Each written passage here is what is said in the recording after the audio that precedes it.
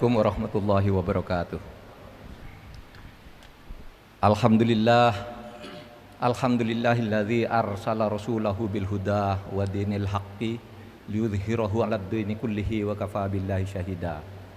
Walhamdulillahilladzi anzala 'ala 'abdihil kitaba wa lam yaj'al lahu iwaja qayyiman liyundhira ba'san syadidan min ladunhu wa yubashshiral mu'minina alladzina ya'maluna sholihati anna lahum ajran hasana makithina fihi abada. Asyhadu an la ilaha illallah wahdahu la syarikalah al malikul haqqul mubin wa asyhadu anna sayyidana Muhammadan abduhu wa rasuluh shadiqul wa'dil amin wa arsalahu rahmatan lil alamin. Allahumma shalli wa sallim ala sayyidina Muhammad wa ala ali sayyidina Muhammad kama shallaita ala sayyidina Ibrahim wa ala ali Ibrahim fil alamin innaka Hamidum Majid. Ayyuhal ikhwan rahimakumullah, usikum wa iyaya bitaqwallah faqad fazal muttaqun kama amarana Allah taala fi Qur'anihil aziz. A'udzubillahi minasyaitonir rajim. Ya ayyuhalladzina amanu taqullaha haqqa tuqatih wala tamutunna illa wa antum muslimun. Wa qala ta'ala wa la yajrimannakum syana'anu qaumin alla ta'dilu i'dilu huwa aqrabu littaqwa. Wa qala afa hukmal jahiliyah yabghun wa man ahsana minallahi hukman liqaumi yuqinun. Rabbi syrah li sadri wa yassir li amri wahlul 'uqdatam min lisani yafqahu qawli. Amma ba'du. Hadirin sidang jamaah Jumat yang berbahagia, mari penuhi rukun sholat Jumat kita dengan mendengarkan khutbah pada saat ini, karena sebuah sholat Jumat yang tidak ada khutbahnya atau tidak sah khutbahnya, maka rukun sholatnya tidak terpenuhi, yang berarti juga sholatnya tidak sah atau sholat Jumatnya tidak sah. Oleh sebab itu, untuk memenuhi rukun pula saya mengajak kita sekalian, mari pada kesempatan ini kita pancangkan tekad kita bahwa kita di dalam hidup ini akan senantiasa bertakwa kepada Allah, akan senantiasa meningkatkan ketakwaan kepada Allah, yaitu akan selalu melaksanakan perintah-perintah Allah dan menjauhi semua yang dilarang oleh Allah. Itulah takwa. Apa bentuknya takwa? Bentuknya takwa itu bisa dilihat dari seluruh isi Al-Quran, karena Al-Quran itu sebagai hudal lil muttaqin alladzina yu'minuna bil ghaibi wa yaqimunas shalah dan seterusnya. Tapi takwa itu dzalikal kitab, itulah Al-Qur'an sebagai hudal lil muttaqin, sebagai petunjuk bagi orang yang mau bertakwa. Jadi orang yang mau bertakwa itu pedomannya Al-Qur'an. Seluruh isi Al-Qur'an itu adalah jalan menuju takwa. Kemudian ada sunnah Rasul, itu adalah pedoman ketakwaan kita kalau kita ingin menjadi manusia yang benar-benar bertakwa. Nah, karena begitu banyaknya uraian takwa itu, maka pada siang hari ini saya akan mengajak kita mengambil satu hal kecil saja, yaitu bertakwa itu antara lain adalah menegakkan keadilan di dalam hidup ini di antara kita sesama manusia, bahkan keadilan juga terhadap alam. Jadi bagi siapa yang mau bertakwa, antara lain adalah tegakkan keadilan. Apa itu keadilan?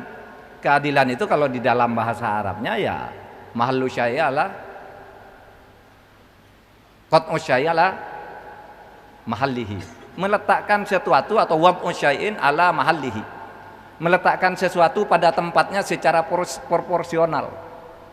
Oleh sebab itu Allah mengatakan kalau Anda mau bertakwa, firman Allah itu menyebutkan begini, i'dilu huwa aqrabul taqwa.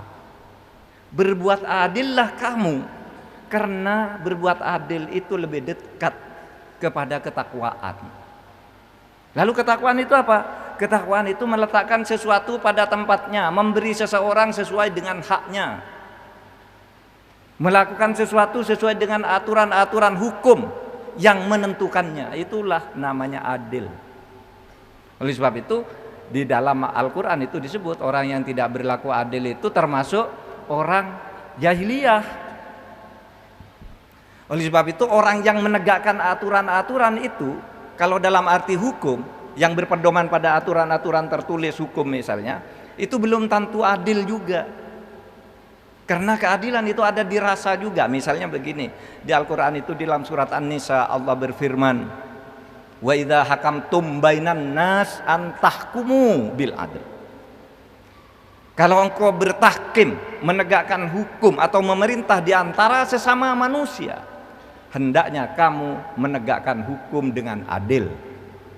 Itu artinya apa? Ada orang menegakkan hukum tidak dengan adil. Bagaimana caranya orang menegakkan hukum tidak dengan adil? Hukumnya dimain-mainkan, hukumnya dijual belikan, hukumnya disuap, hakimnya, polisinya, jaksanya dibeli, pengacaranya menyuap dan disuap sekaligus.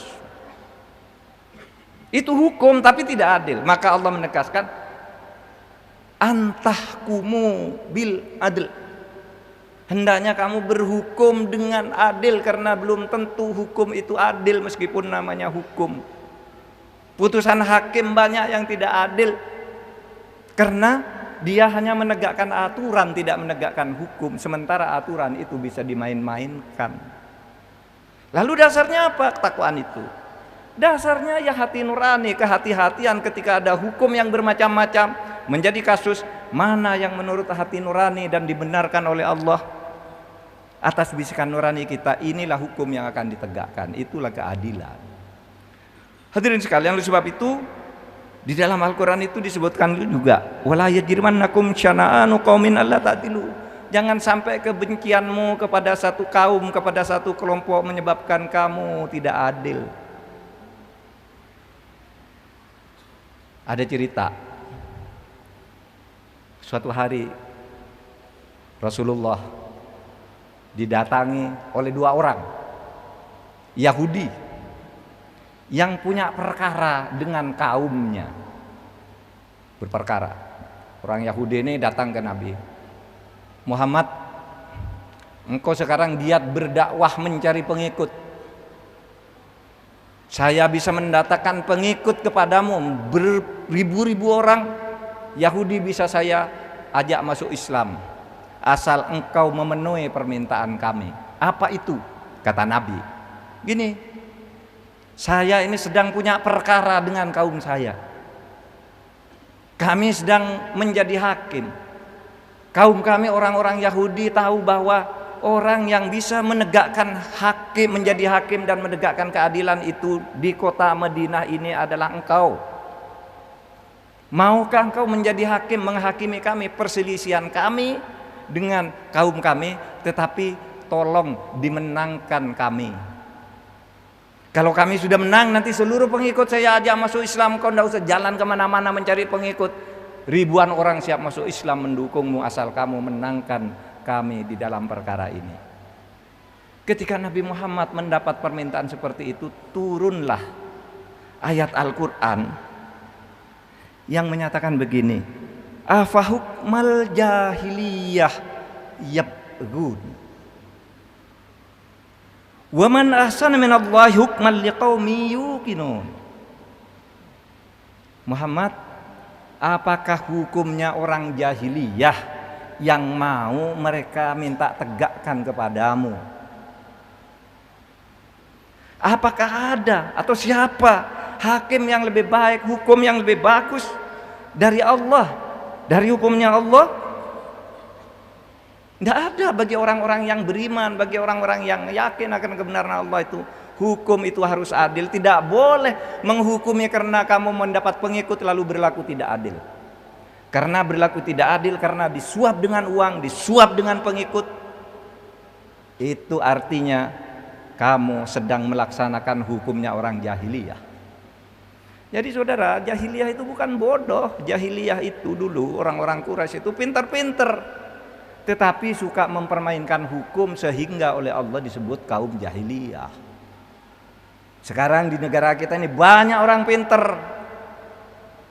tapi mempermainkan hukum, menjual belikan hukum, meskipun dia pintar dalam bahasa agamanya, dia adalah orang jahiliyah. Karena apa? Karena tidak berlaku adil. Hadirin sekalian, keadilan adalah fondasi tegaknya negara. Keadilan adalah fondasi tegaknya negara. Maka kalau Anda, pemerintah, pejabat, rakyat berlaku tidak adil di dalam kehidupan ini, maka sebenarnya Anda sedang menghancurkan fondasi kehidupan bernegara. Negara ini bisa hancur kalau di perintah, kalau dalam pergaulan hidupnya masyarakatnya berlaku tidak adil antara satu dengan yang lain, rakyat dengan rakyat, pemerintah dengan rakyat berlaku tidak adil, atau rakyat dengan pemerintah berlaku tidak adil juga. Bisa ada. Negara akan hancur kalau hukum itu tidak ditegakkan dengan adil. Satu kisah yang sangat terkenal di dalam kehidupan Nabi, hadis yang diriwayatkan oleh Siti Aisyah yang menggemparkan kota Madinah ketika itu. Ketika ada keluarga Bani Mahzum, sudah terkenal, sudah hafal semua. Saya kira sudah sering dibaca hadisnya di sini. Tapi saya mau baca lagi sekarang hadis itu. Keluarga Bani Mahzum itu terlibat pencurian, sementara keluarga Bani Mahzum itu adalah termasuk bani atau keluarga suku yang terhormat di Madinah. Sehingga kalau ada seorang wanita dari keluarga terhormat itu mencuri lalu dihukum menurut hukum yang berlaku, keluarga itu malu kepada masyarakat. Sehingga pimpinan keluarga Bani Mahzum itu datang kepada Usamah bin Sabit. Ada yang meriwayatkan Usamah bin Sabit ini adalah anak angkatnya Nabi. Tapi sekurang-kurangnya dia ini orang yang sangat dekat dengan Nabi, selalu didengar dengan kasih sayang apa yang dikatakan oleh Usamah ini. Bani Mahzum bilang, Usamah tolong bilang ke Nabi, Nabi mau minta apa saya beri, asal ini keluarga saya, perempuan terhormat ini yang mencuri, jangan dihukum. Jangan dihukum, apalagi di depan umum, malu kami keluarga terhormat. Tolong jangan dihukum. Berapa aja mau dibayar, pencuriannya apa yang dicuri mau dibayar sekian kali lipat, asal jangan diadili dan dihukum. Disampaikan oleh Usamah bin Sabit kepada Nabi. Maka Nabi mengatakan hadisnya yang sangat terkenal begini, fa innama ahlakal ladzina min qablikum innahum kanu idza saraqat fihimus syarif tarukuhu. Sebenarnya hancurnya bangsa-bangsa dan negara-negara yang sebelum kamu itu dulu, negara besar seperti Roma, Persia, India, Tiongkok, Mesir, hancur dulu. Karena apa? Karena kalau di antara mereka ada yang mencuri, dan yang mencuri itu orang kuat, aristokrat, keluarga terhormat, punya uang, punya jabatan, mereka tidak dihukum meskipun mencuri. Hukum tidak ditegakkan, negara hancur. Wa idza saraqat fihimud dhaif aqamu alaihi al-had. Kalau ada orang lemah mencuri, maka langsung dihukum dia, ditetapkan padanya, diberlakukan padanya had, ketentuan hukum yang berlaku. Mencuri potong tangan, sama kan? As-sariqu was-sariqatu faqta'u adiyahuma jazaa'an bima, tangan mencuri. Tapi kalau ada orang kuat seperti keluarga Bani Mahzum mencuri minta tidak dihukum, jangan, kata Nabi. Karena kalau hukum diperlakukan begitu, orang kuat melakukan kejahatan tidak dihukum, orang lemah berbuat salah langsung dihukum, negara akan hancur pada saatnya. Sehingga Nabi mengatakan begini, fa ayyamallah Walladzi nafsi biyadihi lau anna Fatimah binta Muhammad saraqat laqata'tu yadaha. Demi Allah, demi tegaknya negara, demi selamatnya bangsa, seumpama anakku sendiri Fatimah binti Muhammad mencuri, saya potong kok tangannya. Kenapa mau dipotong Nabi? Karena kalau orang salah tidak dihukum, orang tidak salah dihukum, orang salah sedikit dihukum, yang salah banyak tidak dihukum karena kaya, maka negara akan hancur. Contohnya mana?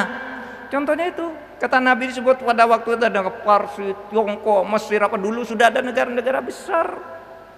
Hancur semuanya karena hukum tidak ditegakkan, pertikaian di antara pangeran, lalu saling curang di dalam persaingan, hancur negara itu. Oleh sebab itu hadirin sekalian, mari kita tegakkan keadilan di mana saja posisi kita. Yang jadi pejabat, ayo tegakkan keadilan. Yang jadi rakyat, berlaku adil terhadap sesama, berlaku adil juga menilai pejabatnya. Jangan korupsi. Korupsi itu menghancurkan. Kenapa? Karena gampang tuh. Rumusnya dari hadis Nabi itu kalau dirumuskan di dalam ilmu pengetahuan modern, itu dikatakan hancurnya sebuah negara itu melalui 4 dis. Kalau negara pemimpinnya sudah suka melanggar hukum, maka akan terjadi apa yang disebut disorientasi. Disorientasi itu artinya nyeleweng. Kalau disorientasi dibiarkan, akan terjadi distrust, ketidakpercayaan masyarakat. Kalau distrust, ketidakpercayaan dibiarkan, akan terjadi disobedience, pembangkangan. Itu urutan jatuhnya negara itu begitu. Kalau penggangkangan sudah meluas, akan terjadi disintegrasi. Disintegrasi itu artinya hancur. Jadi disorientasi, distrust, disobedience, dan disintegrasi. Itulah urutan hancurnya negara yang dimulai dari nyelewengnya para pejabat dan rakyatnya terhadap aturan-aturan hukum itu. Oleh sebab itu, hadirin sekalian, marilah ikuti dalil ini. Al-adlu wajibun fi kulli syai'in wal fadlu masnunun. Berbuat adil itu wajib di dalam semua situasi, dan berbuat baik, menambah dari keadilan itu, lebih dari sekedar berbuat adil, sudah berbuat meletakkan sesuatu pada tempatnya, masih diberi lagi. Gajimu berapa? 2 juta. Ini tambah saya 2 juta. 2.200.000. Itu namanya yang kedua itu fadlun. Diperintahkan di dalam agama itu al-adlu wajibun fi kulli syai'in, keadilan itu wajib di dalam semua situasi, sedangkan kelebihan atau fadilah itu disunnahkan atau berpahala. Hadirin sekalian, akhirnya saya ingin mengatakan berbuat adil itu adalah untuk ketakwaan. Ketakwaan itu adalah untuk melaksanakan perintah Allah agar kita hidupnya ini benar. Lalu apa ketakwaan? Ini yang terakhir. Suatu hari Umar bin Khattab bertanya kepada Ubay bin Ka'ab, sama-sama sahabat Nabi. Umar mengatakan gini, Ubay, takwa itu apa? Ma huwa takwa? Kau tanya takwa kamu?